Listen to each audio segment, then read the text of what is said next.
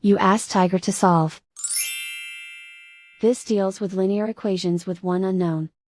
The final result is w equals -4/5. Let's solve it step by step. Isolate the w. Multiply both sides by inverse fraction 5/3. Group like terms. Multiply the coefficients. Simplify the fraction. Multiply the fractions.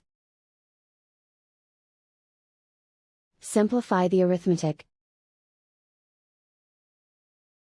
And so the final result is w equals -4/5.